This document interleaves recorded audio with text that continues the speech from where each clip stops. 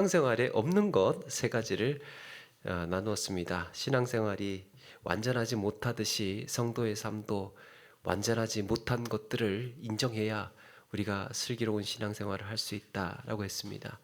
세상에 없는 것들이 있죠. 월급 많이 주는 회사 없고, 경기 좋을 때가 없었고, 싸고 좋은 물건 없고, 시험 잘 봤다고 하는 학생 없고, 신앙생활에도 없는 게 있는데 그 첫 번째가 완전한 교회가 없다라는 거였고, 두 번째가 완전한 교인이 없다 하는 거였습니다.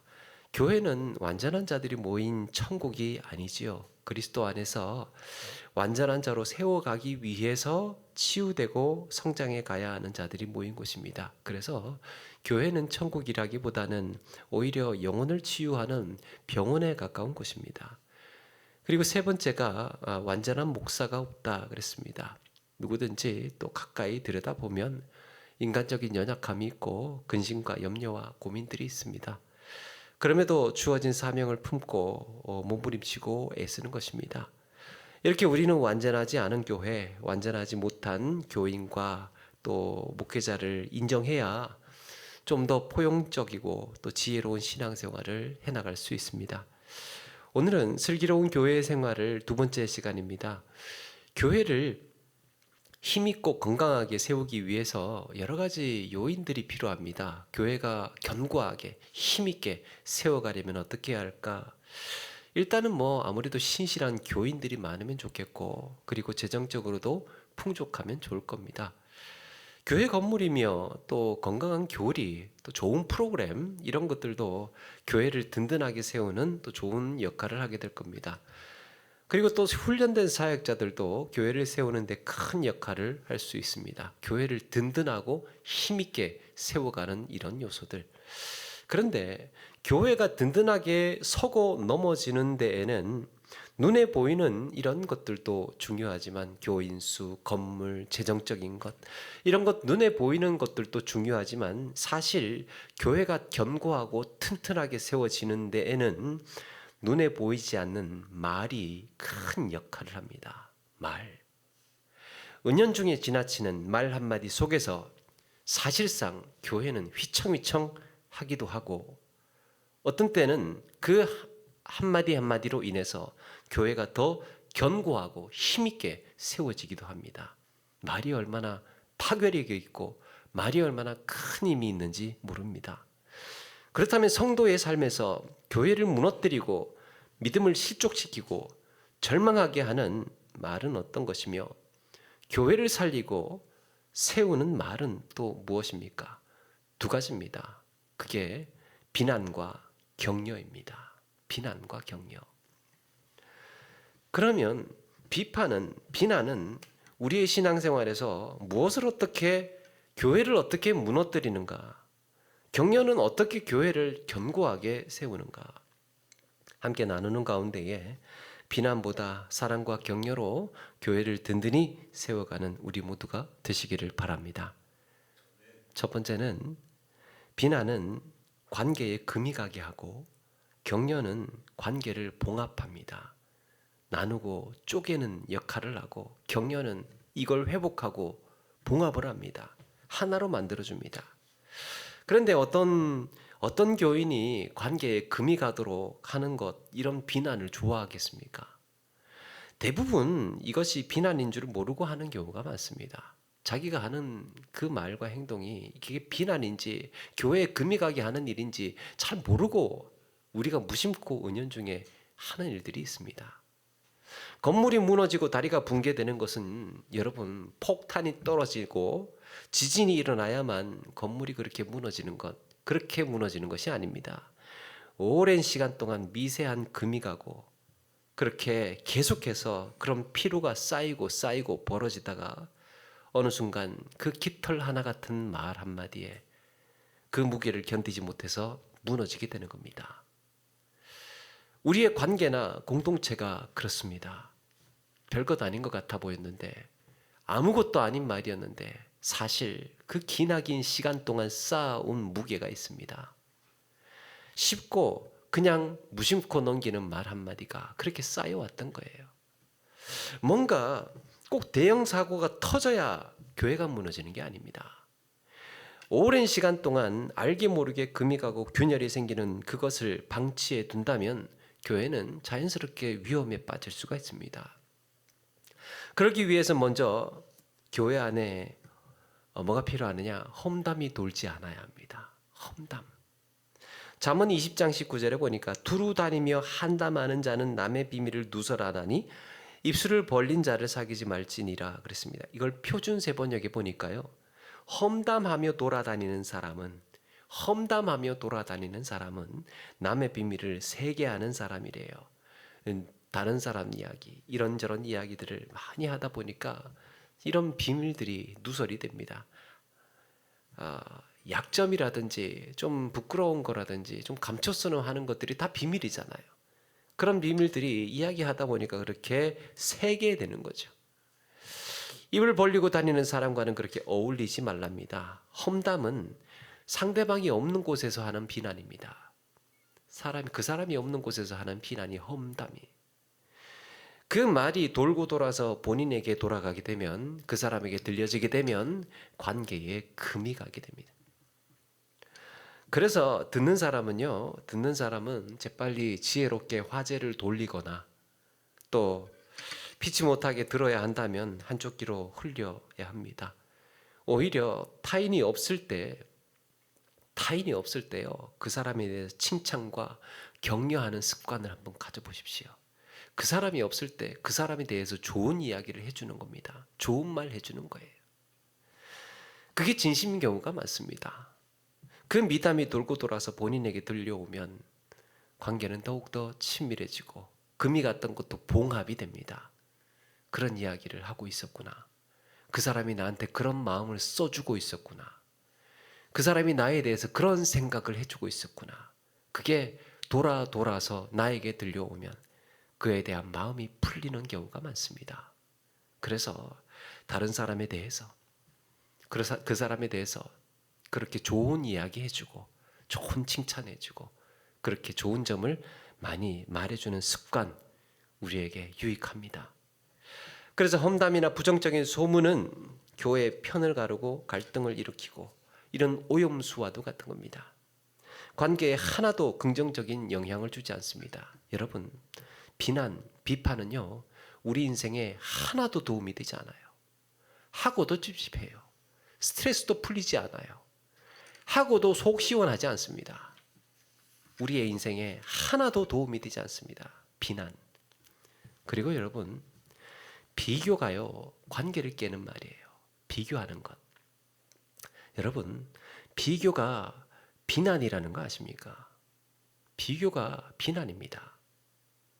엄마가 아이에게 그럽니다. 야, 너 지난번에 놀러 왔던 네 친구 그렇게 공부도 잘하고 이번에 성적도 올랐다는데 너는 똑같이 학원 다니고 똑같이 학교 다니고 응? 똑같은 돈 써가면서 너는 뭐 그 모양이나? 이러는 거예요. 비교. 그러면 여러분, 애가요 정신 바짝 차리고 그래, 나 공부 열심히 하고 엄마 말씀 잘 들어야겠다. 그럴 것 같습니까? 그럴 것 같습니까? 그렇지 않죠. 그런 아이는 없어요. 비교당하고 잘해야 되겠다 각성하는 아이는 세상에 없습니다. 비교는요, 분노와 절망감을 줍니다. 다른 애하고 비교해가면서 자란 아이는 오히려 건강한 정서를 갖지 못합니다. 그에게는 남는 거는 상처와 열등감 뿐이에요. 비교당하면서 자란 상처받고 열등감밖에 없습니다.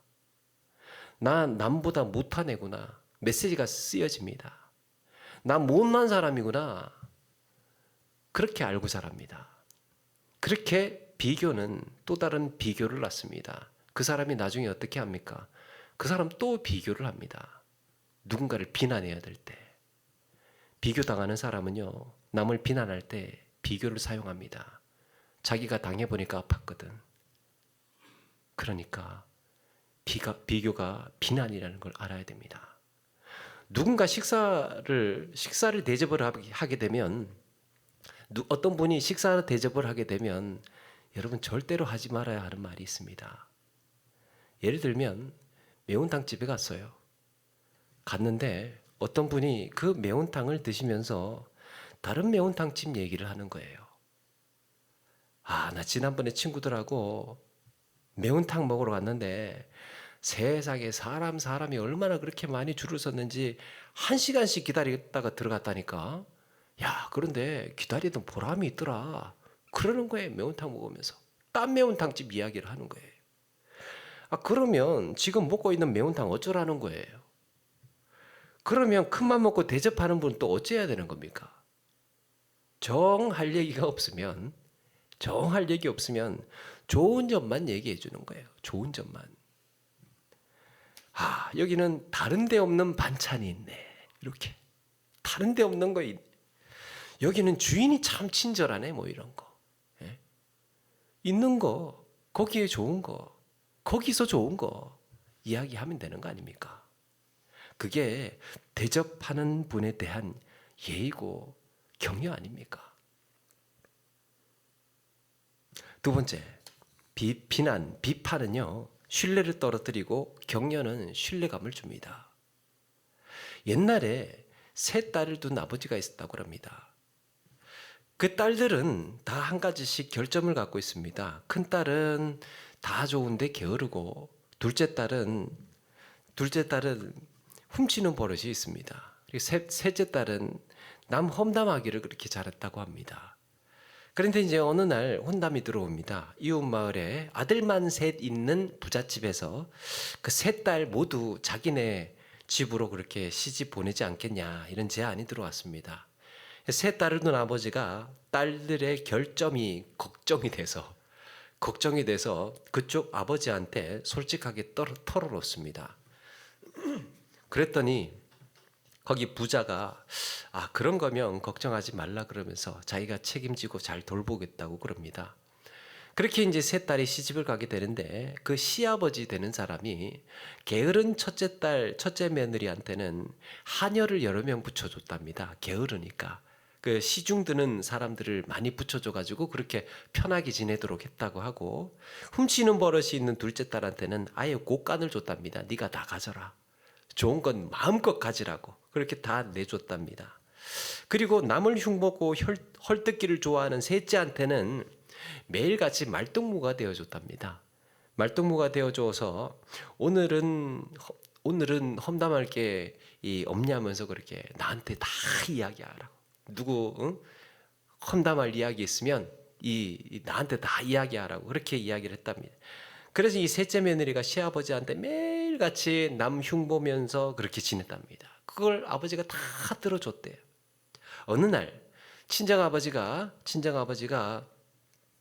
이 딸들이 어떻게 지내는지 궁금해서 그 시댁 사돈집에 가게 됐습니다. 그래서 딸들한테 어떻게 지냈냐고 물으니까 큰딸이 하인들이 다 알아서 해주니까 지내기 편하다고, 좋다고, 그래서 그렇게 이야기하고, 둘째는 내가 갖고 싶은 거 다 가질 수 있으니까 좋다고, 지내기 편하다고 그렇게 이야기를 합니다. 그런데 셋째가 시아버지 이야기를 하면서 아빠 말도 마. 우리 시아버지 매일같이 나 불러가지고 거치거치 이런 캐물어. 아주 피곤해 죽겠어. 그러더랍니다. 친정아버지가 셋째 딸만 믿지 않았답니다. 셋째 딸의 말만 믿지 않았답니다. 자기 딸이 남을 헐뜯고 욕한다는 거 잘 알고 있기 때문에. 그러니까 남을 헐뜯고 비난하면 할수록요, 신뢰가 떨어집니다. 비난은 신뢰를 떨어뜨려요. 그런가 하면 이 아나톨이라고 하는 시인이 있었는데요. 그 시인에게 어느 날 한 젊은 시인이 찾아와서 책을 한 권 이렇게 건네주면서, 선생님, 제가 선생님 너무 존경하는데요, 이번에 제가 시집을 하나 냈습니다. 선생님이 만약 제가 쓴 이 시집을 읽어주신다면 정말 영광이겠습니다. 너무 좋겠습니다. 그러면서 시집을 하나 이렇게 대뜸 주고 가더랍니다. 그런데 이 아나톨이라고 하는 시인이 너무 바쁜 나머지 그 시집을 도저히 읽을 시간이 안 돼서 읽지를 못했답니다. 그런데 어느 날 그 젊은 시인이 또 찾아왔답니다.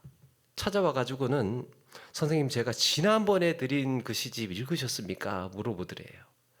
아니, 그냥 줬으면 그냥 끝나는 거지 왜 또 찾아와가지고 읽었냐고 확인까지 해보는지 모르겠지만, 그런데 이제 아나톨이라는 시인은 젊은 시인을 이렇게 보더니 그럼 읽고 말고 읽었지, 응?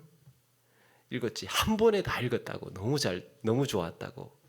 그러면서 그걸 또 그렇게 끝내면 좋은데 선생님 보시기에 없었을 텐데 정말 읽으셨다고 그렇게 확인합니다. 그러니까 아나톨이 그럼 읽고 말고 그 시집에 특별히 52페이지에 있는 시가 아주 감명 깊었다고. 그걸 또 52페이지에 있는 그 시라고 이야기를 해줍니다. 젊은 시인이 감사하다고 고맙다고 막 연신 인사를 하더니 그렇게 돌아갑니다. 그런데 곁에서 듣고 있던 제자들이 묻습니다. 아니 선생님, 그 시집 안 읽었지 않습니까? 어떻게 그렇게 말씀하시는 겁니까? 그리고 52페이지에 시가 없으면 어쩌려고, 백지면 어쩌려고 그렇게 52페이지라고 말씀하는 겁니까? 그러니까 아나톨이 하는 말이, 사실 나도 마음에 걸리긴 하는데 실망 주고 싶지 않아서 격려해 주려고 한 말이라고. 그리고 내가 한 말이 그 페이지가 백지여도, 그 52페이지가 만약에 백지여도 그 친구는 내가 깜빡 페이지를 잘못 기억한 걸로 생각할 테니까 괜찮다고. 그렇게 생각하지 않겠습니까? 격려해 주는 말에서. 53페이지였는데 52페이지로 잠깐 착각하셨겠구나. 여러분, 물론 거짓말 해가면서 격려하자는 말은 아니에요. 거짓말 해가면서 하자는 말은 아니지만 그만큼 격려는요, 신뢰를 기반으로 합니다. 격려는 약간의 오해가 있다 하더라도, 약간의 뭔가 조금 그렇다 하더라도 격려하는 관계 속에서는 신뢰를 기반으로 하고 있습니다. 나를 위해서 해준 말이라는 것을 알았을 때요, 상대방은 신뢰해 줍니다. 그래서 맨날 비난만 받고 격려를 받지 못하고 살아온 사람은 누군가를 신뢰하기가 참 어렵습니다. 격려가 모자란 사람은 야단 맞고 비난받고 비난 듣고 왜 그 모양이냐, 왜 그렇게 사냐, 이렇게만 들었던 사람이요, 누군가를 신뢰하기가 어려워요.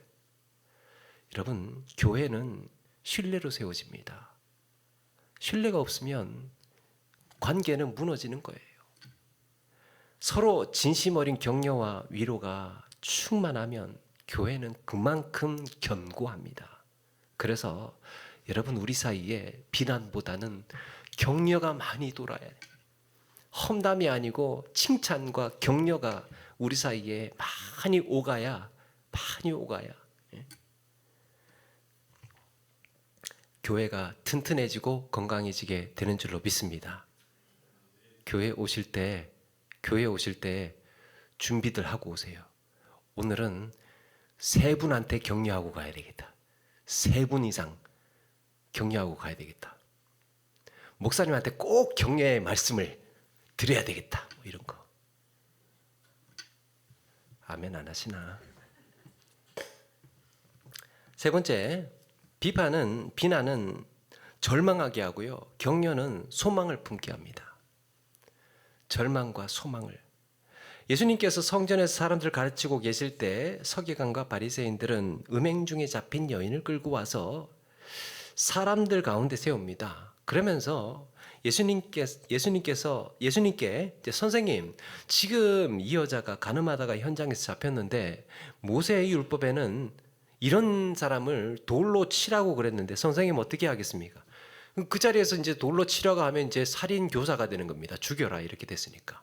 그런데 하지 마라 그러면 율법을 어기는 게 되는 겁니다. 이렇게 하지도 못하고 예수님은 저렇게 하지도 못하고 일부러 난처한 상황을 만들려고 서기관과 바리새인들, 그 똑똑한 사람들이 예수님을 위기에 빠뜨리게 하려고 그렇게 함정을 판 거예요.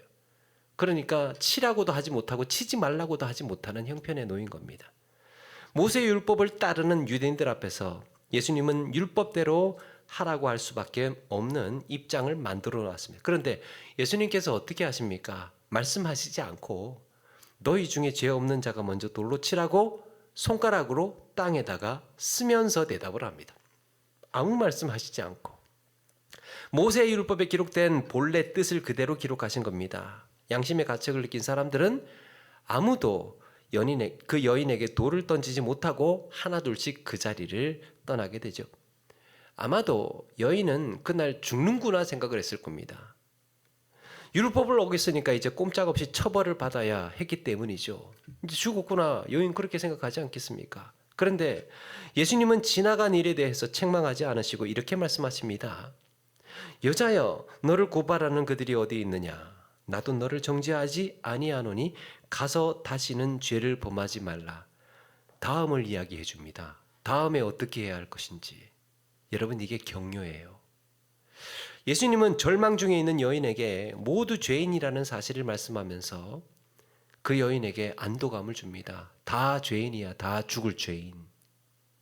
사람들이 돌을 들어서 때리려고 하던 그때 많은 사람들의 손가락질 받으면서 비난받으면서 죽어갈 줄 알았던 여인은 모두가 죄인이라는 말에, 우리는 다 죄인이라는 말에 한 줄기 소망을 보았을 겁니다. 다 죄인이라고? 세상에 나만 죄인인 줄 알았습니다. 나만 가장 나만 가장 죽을 사람인 줄 알았습니다. 그런데 아니래요. 다 죄인이래요. 그리고 자신을 비난하지 않고 앞으로의 삶을 말씀하시는 주님을 보고 다시 태어난 것 같았을 겁니다. 주님을 보고.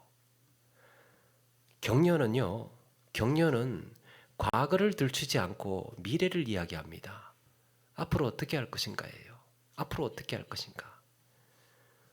여러분, 뭔가 지적을 할 때 희망적인 넥스트가 필요합니다.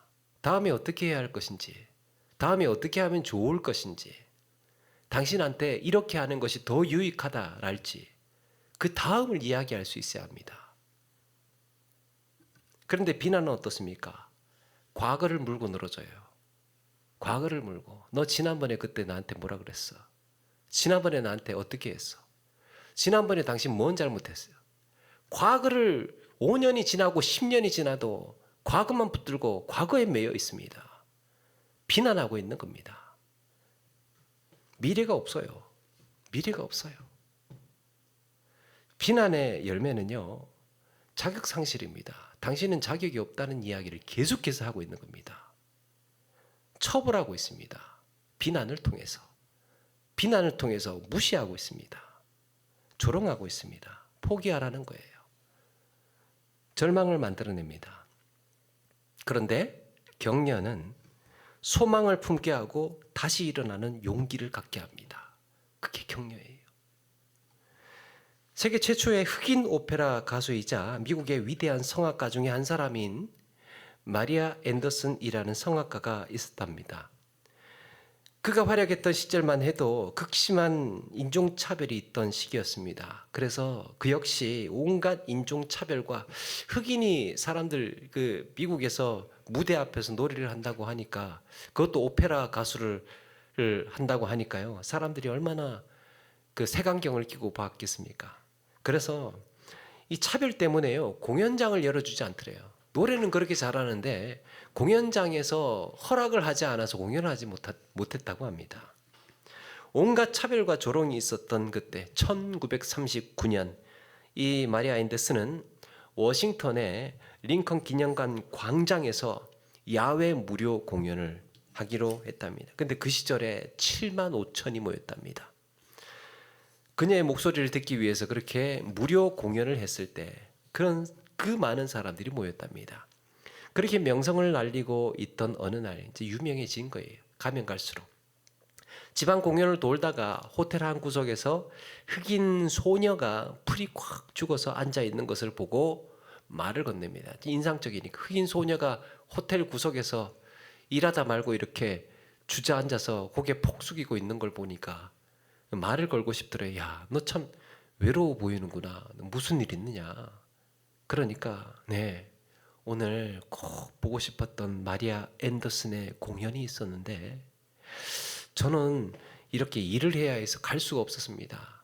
그분이 그렇게 노래를 잘하시고 그렇다면서요. 그러니까 이 앤더슨이 이 소녀의 손을 꼭 잡고는 마지막하게 노래를 부르기 시작합니다.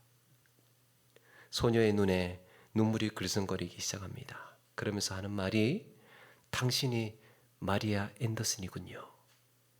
그 소녀를 위해서 손을 붙들고 그를 위한 노래를 불렀던 거죠.